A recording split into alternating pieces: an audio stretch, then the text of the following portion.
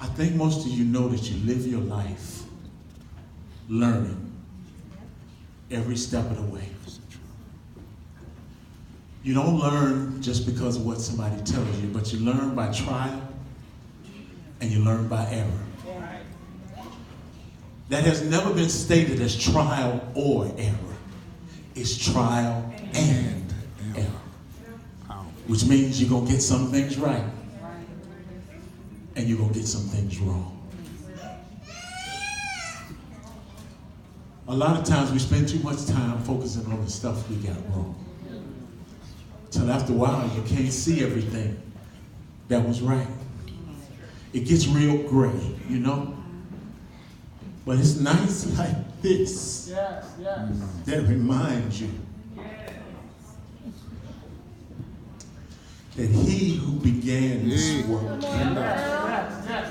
in me is the one who is bringing it to its fullness.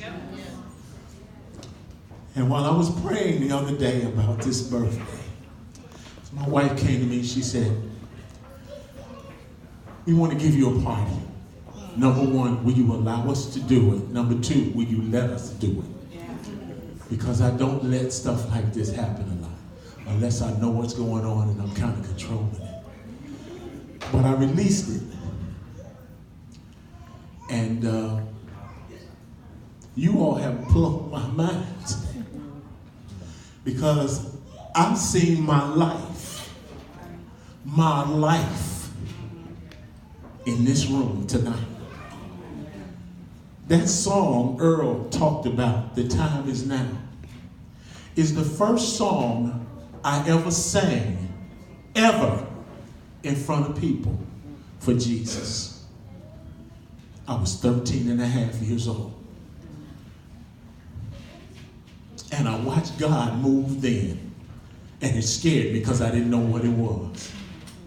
I didn't know why people were hollering and throwing purses. And I didn't know I had an anointing on my life. I didn't know how to spell anointing, let alone what it was. And the whole road from there to now has been paved with you all. And it's the richest thing I've ever seen. So I want to thank you. First, I want to thank my queen. All right.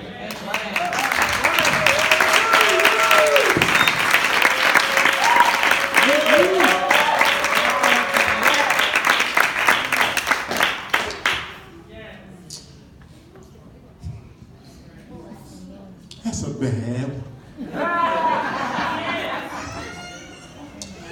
Honey, I want to thank you for being just incredible.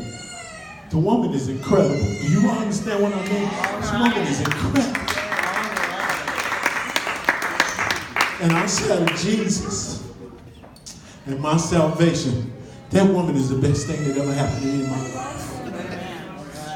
I thank God for my family, my daughters, my sons, my parents.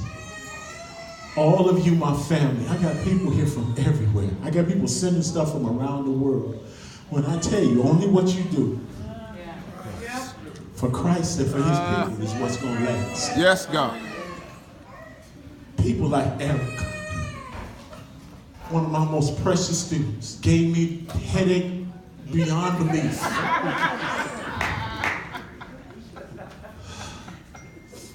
Some of my newer students like Tristan, who sang tonight.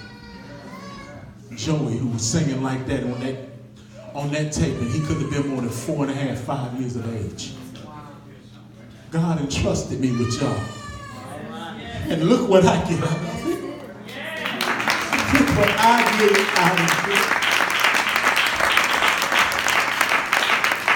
And so I know we got to go home. We can't stay here all night. People like Marie. Marie, I need you to stand up for a minute, please. Let me tell y'all a little quick story and then I'm going to be done. And please forgive me for leaning something on my back. There's somebody who's very precious to me that's going on to be with the Lord, and you all know who that is. Someone. It's my spiritual mom, my pastor, Joanne. I had a lot of good men pastors in my life, but They didn't necessarily know how to teach me how to be a good husband and a good father. But she nurtured me and taught me some things. And on August 28th, on Friday night, a couple of years ago, I was in the room where she was resting after having a very tough day in her battle for her life. And I was getting ready to leave out of the room and she beckoned for me. And Marie was sitting closer and I was sitting back and she said, I want him. So she switched chairs with me. And in pain, I couldn't even imagine. She made me sit down and she began to talk to me like a mother would do, you know?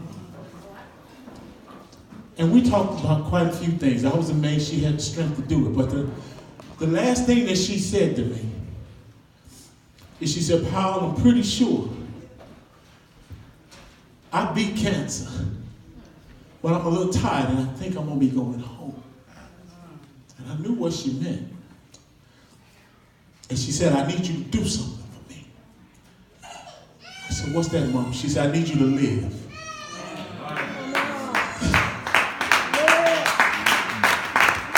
You knew that with me? She said, I need you to live. I said, Mom, I am living. She said, no, I need for you to live like you mean it. Live like you're living for the both of us.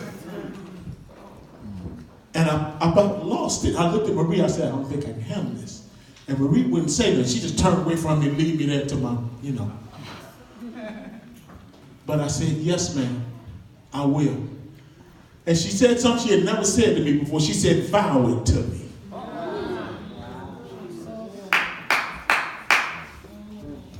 You understand what it means when somebody say, vow it to me?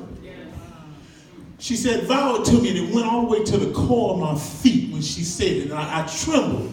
She said, Powell, she was about to faint. She was in so much pain. She said, Powell, vow it to me. She said, because you and that wife of yours and them children, the Lord's hand is on y'all, and you're blessed, and you're going to be rich, and you're going to be a blessing. She said, but vow it to me that you're going to live. And I said, Mama, I vowed. So tonight, I vow to you that whatever it is that God has allowed me to deposit into your life, or to share with you, or to give to you, or to be in relationship with you, I vow to you tonight, I'm going to live.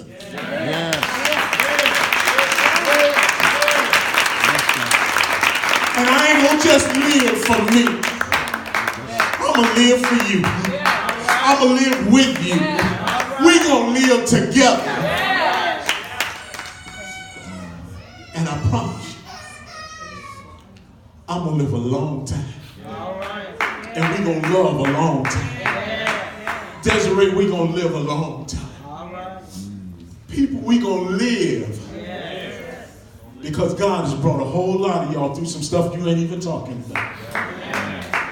I can look in here and I see people who should have been gone. You was on your way out. And God said, no, Didn't he say it to you? Didn't he say it for me? Didn't he say it, Cool? Didn't he say it, Bishop? Didn't he say it? But guess what? We gonna live. I love you.